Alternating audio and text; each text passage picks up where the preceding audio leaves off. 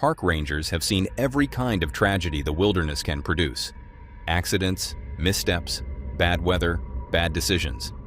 But some cases never come with clear answers. And decades later, this remains one of the most horrifying outdoor disappearances park rangers still can't explain. It all happened in November 1928. Newlyweds Glenn and Bessie Hyde arrived at the Grand Canyon on what should have been the start of an ordinary life together. Instead, they were chasing something bigger: fame, money, a headline.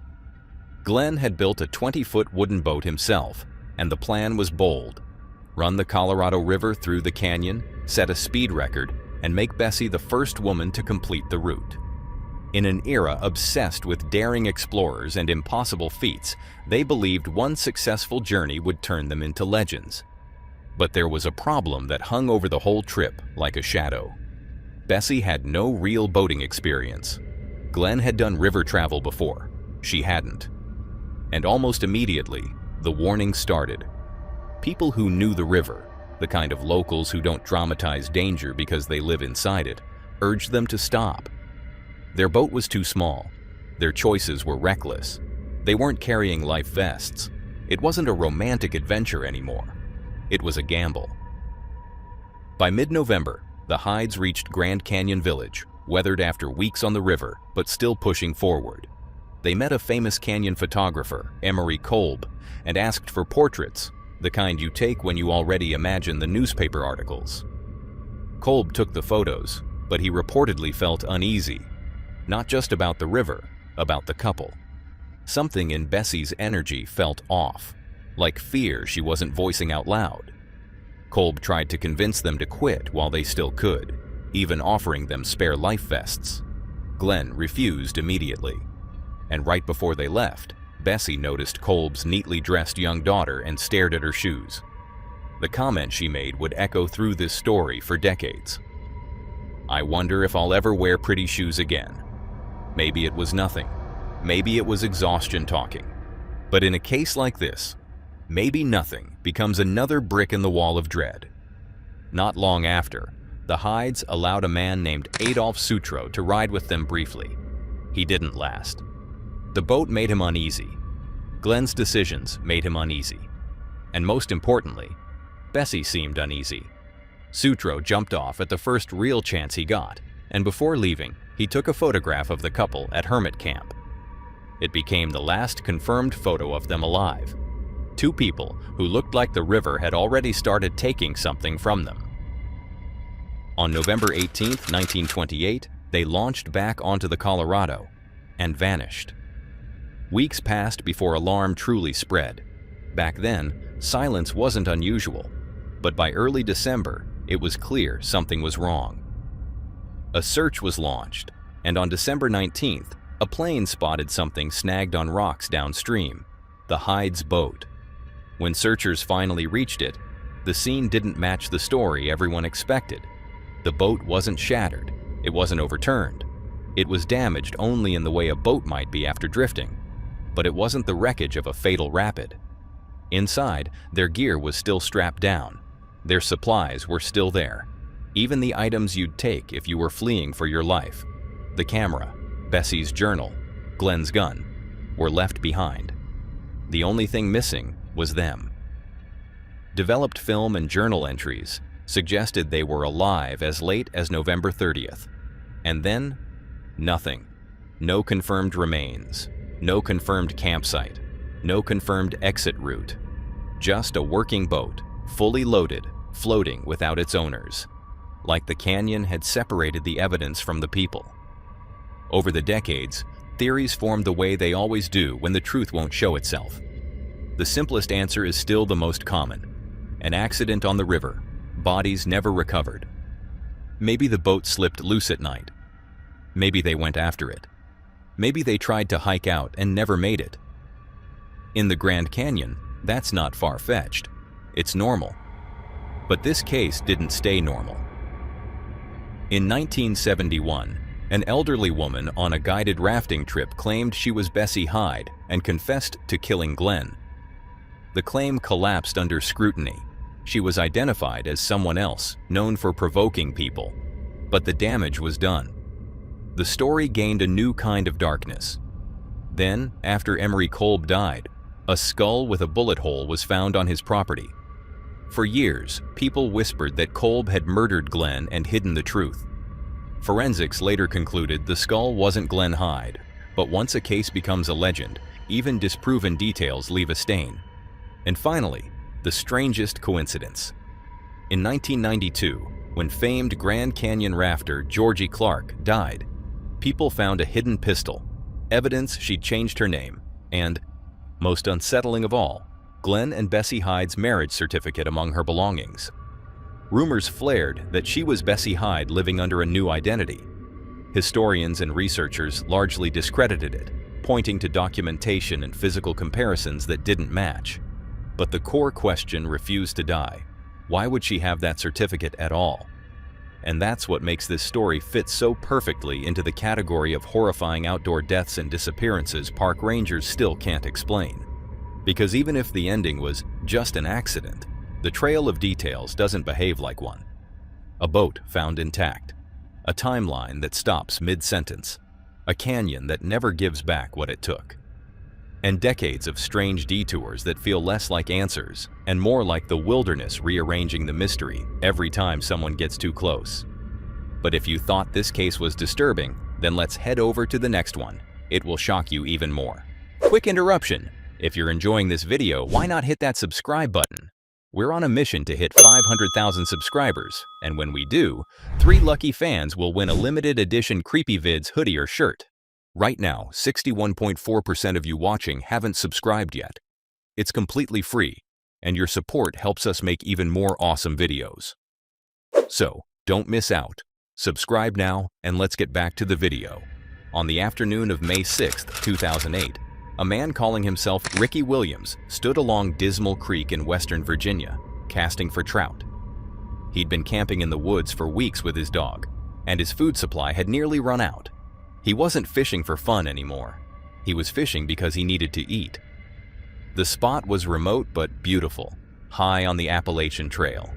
And if there was one thing Ricky believed in, it was the unspoken rule of that trail.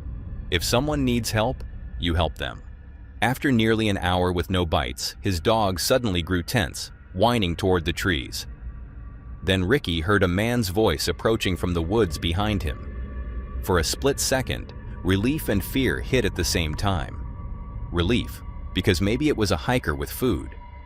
Fear, because the Appalachian Trail had a darker history than most people want to admit, including a notorious double murder that had happened less than 2 miles from where Ricky now stood.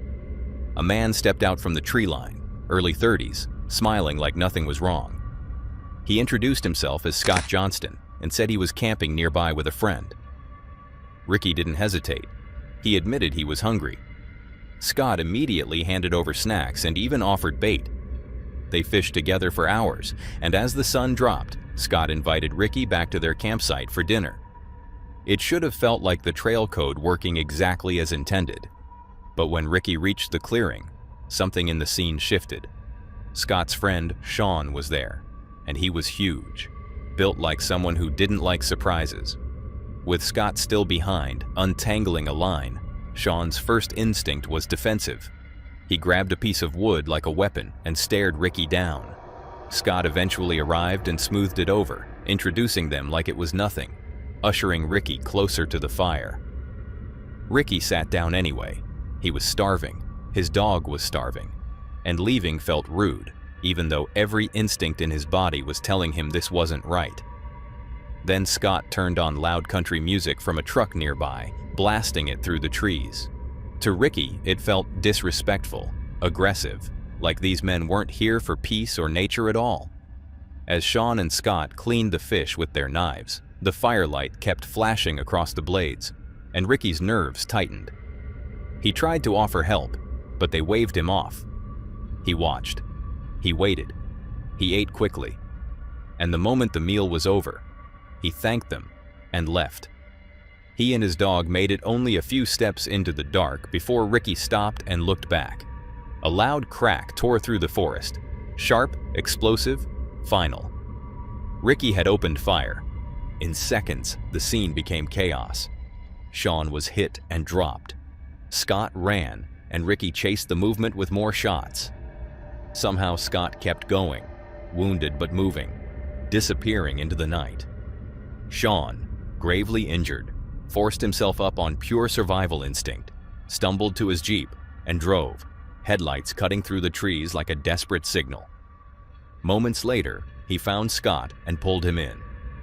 About half an hour later and miles away, two women eating dinner in an isolated home heard frantic pounding at their front door. When one of them cracked it open, she saw a man barely able to stand, badly injured and begging for help, mentioning Dismal Creek before collapsing. An ambulance and police arrived fast, and officers immediately headed toward the creek, trying to understand what kind of violence could produce a scene like this in the middle of the wilderness. On the way up the mountain road, police encountered a truck coming toward them at speed. The driver braked, then suddenly gunned it again, veering off the road and crashing hard into an embankment. The driver was pulled from the wreck alive, and officers quickly suspected what they were looking at wasn't random. A wounded man at a doorstep, a violent incident at Dismal Creek, and a driver seemingly trying to escape the area. Back at Dismal Creek, police found something even more unsettling. A separate campsite, not Sean and Scott's. Inside a tent were dozens of knives, a police scanner, piles of clothing and personal items, and an Appalachian Trail map marked with circled locations, including Dismal Creek. They also found a cassette tape that sounded like chanting, like someone performing private rituals in the woods. But the most important item in the tent was a single piece of paper, a birth certificate. Because Ricky Williams wasn't real. The man who had posed as a hungry, harmless drifter was actually Randall Lee Smith, the same infamous killer responsible for the Appalachian Trail murders decades earlier. He had been released years before, had drifted back toward the trail, and for reasons only he understood, he struck again. Sean and Scott survived, but not without lasting damage. And the part that makes this story so disturbing isn't just what happened. It's how close it came to looking like something completely normal. A hungry camper being helped by strangers, a shared meal, a friendly invitation. The kind of moment hikers rely on. The kind of moment the trail community is built around. And then, with no warning, it became a near-fatal ambush. Randall Lee Smith died days later from complications after the crash, taking whatever deeper answers existed with him. Investigators never confirmed additional victims connected to the items in the tent. The circled locations yielded nothing definitive. And even though this case has a name and an ending on paper, the feeling it leaves behind is the kind that never fully resolves. The terrifying realization that in the most remote places, the worst danger isn't always the wilderness. Sometimes it's the person who's been waiting there. And as we've seen, people can be your biggest danger out here.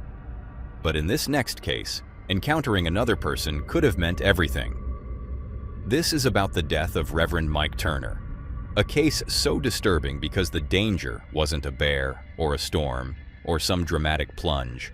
It was a single, silent moment that turned the wilderness into a prison and left behind proof so detailed it reads like a countdown. In late July 1998, Mike Turner set out into Wyoming's Wind River Range on a 9-day off-trail route through high passes, boulder fields, and isolated alpine lakes. He was a seasoned backpacker, deeply religious, and he brought his dog, Andy. He also carried a journal, not to create a story for anyone else, but to document what the mountains meant to him. For the first few days, his writing stayed reflective, spiritual, calm.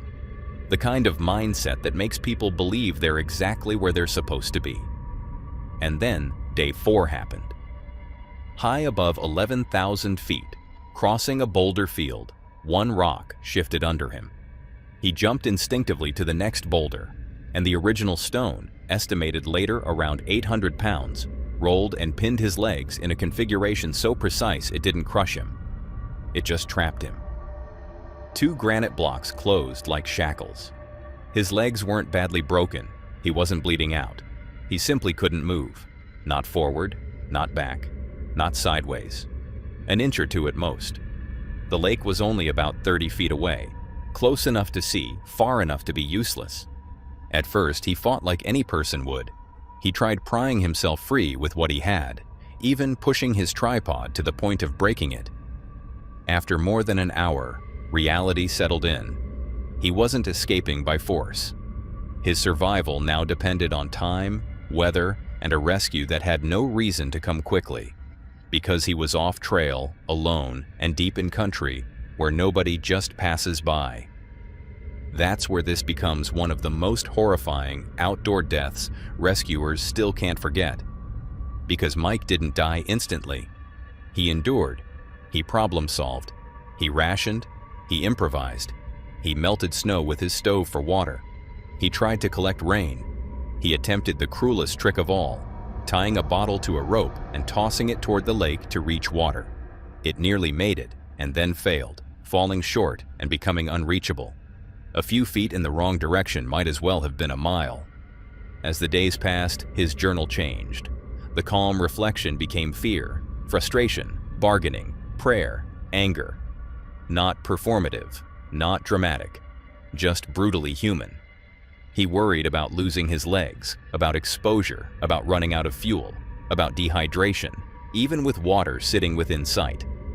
He documented his mind breaking under the repetition: night, cold, hunger, thirst, silence, hope rising, then collapsing again. He wrote about regret too, a detour he took from his planned route, a choice that seemed small at the time, but became the pivot point between hard trip and fatal mistake. Meanwhile, back in civilization, the clock was moving in a different way. Mike was expected to finish around August 8th. When he didn't appear, his wife and family waited, then waited longer, because late arrivals happen. But by August 10th, the situation became official: missing. Search and rescue teams launched a massive effort across an enormous wilderness footprint, on foot, on horseback, by helicopter, and still found nothing. After 2 weeks, the active search was called off.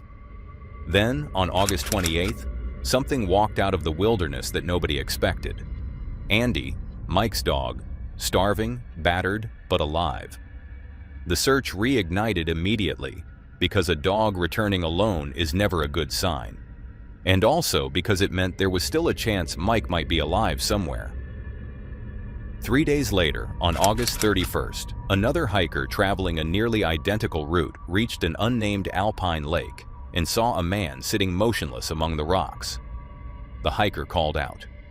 No response. He moved closer and realized what he was looking at. It was Mike Turner, still pinned where he had fallen. The hiker, shaken and aware of the missing person posters at the trailhead, took Mike's wallet and continued out to report it. That detail alone tells you how remote it was. Mike was found on August 31st, but the report didn't reach authorities until September 3rd. When investigators finally reached the site, the final truth came into focus. Mike hadn't died from a violent injury. The boulders hadn't crushed him. They had simply held him there long enough for the elements to do the rest. The cause of death was ruled hypothermia and dehydration, a slow, relentless ending within sight of water he couldn't reach. His journal became the reason this case never faded into just another tragedy. It wasn't rumor. It wasn't a vague timeline. It was a record of a man trying to outthink the wilderness, trying to hold on to faith and reason while his body failed, and slowly realizing the rescue might never come. He eventually ran out of journal space and began writing wherever he could, in a pocket Bible, in margins, on whatever paper remained, because leaving a trace became its own form of survival. And that's why this remains one of the most horrifying outdoor deaths connected to backpacking. Not because it's mysterious in the classic sense, but because it's the kind of fate that feels impossible until you realize how quickly it can happen. One unstable step, one bad landing, one boulder moving at the wrong time, a remote route, no partner, no immediate way to call for help, and a final 10 days measured in cold nights, rationed water, and words that read like a person disappearing in slow motion. It's tragic that lives can end this way. No matter how well you know the terrain, it can still go wrong, just like it did with Randy Morganson. Randy Morganson wasn't just another ranger. He had spent nearly 3 decades patrolling the remote backcountry of Sequoia and Kings Canyon National Parks, surviving terrain so unforgiving that most visitors never stray far from marked trails. He knew every river crossing, every high-altitude pass, every place where a single misstep could turn deadly.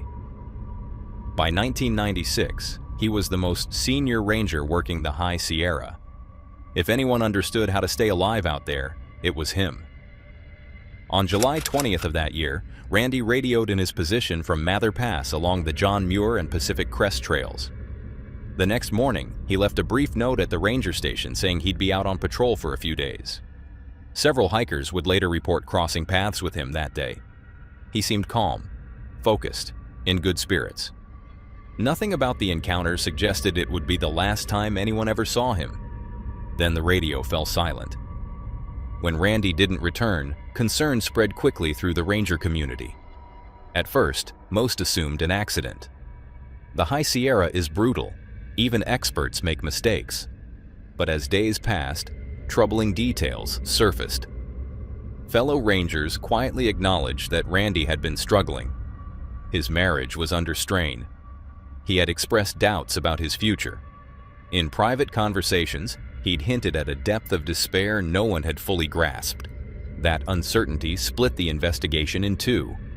Had one of the most capable rangers in the park suffered a fatal accident? Or had he walked deliberately into the wilderness, knowing he might never come back? Search operations expanded rapidly. Nearly 100 people combed the backcountry.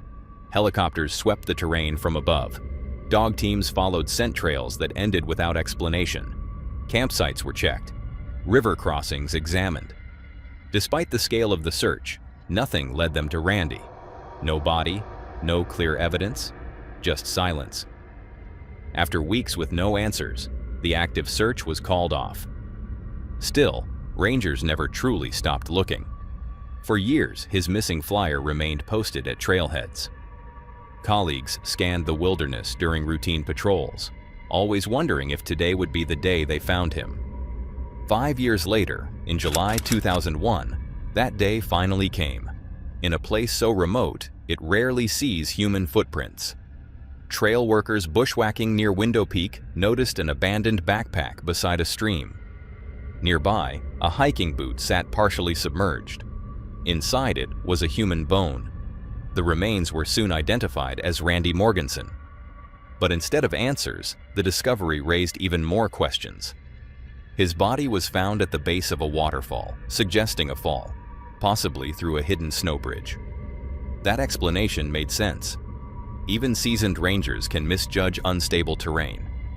His firearm, which he normally carried, had been left behind at the ranger station, seemingly ruling out an intentional act. Yet other details didn't sit right. His park-issued radio was found above the waterfall, switched on. A ranger involved in the original search later stated he had crossed that exact spot multiple times and was certain the radio wasn't there at the time. How could it appear later? Had Randy survived longer than anyone realized? Had he returned to the area while monitoring search traffic? Or was the terrain simply playing tricks on memory and assumption? The National Park Service ultimately ruled Randy's death an accident, citing heavy runoff and difficult visibility as reasons his body may have been missed during earlier searches. It's a reasonable explanation. It may even be the correct one. But decades later, even among park rangers, doubt remains. Because when someone with nearly 30 years of experience disappears in a place he understood completely and leaves behind evidence that refuses to line up cleanly, the wilderness keeps its secrets. And this case remains one of the most horrifying outdoor deaths park rangers still can't explain. Now that was all for today, folks. If you enjoyed the video, click to see more on the video on screen.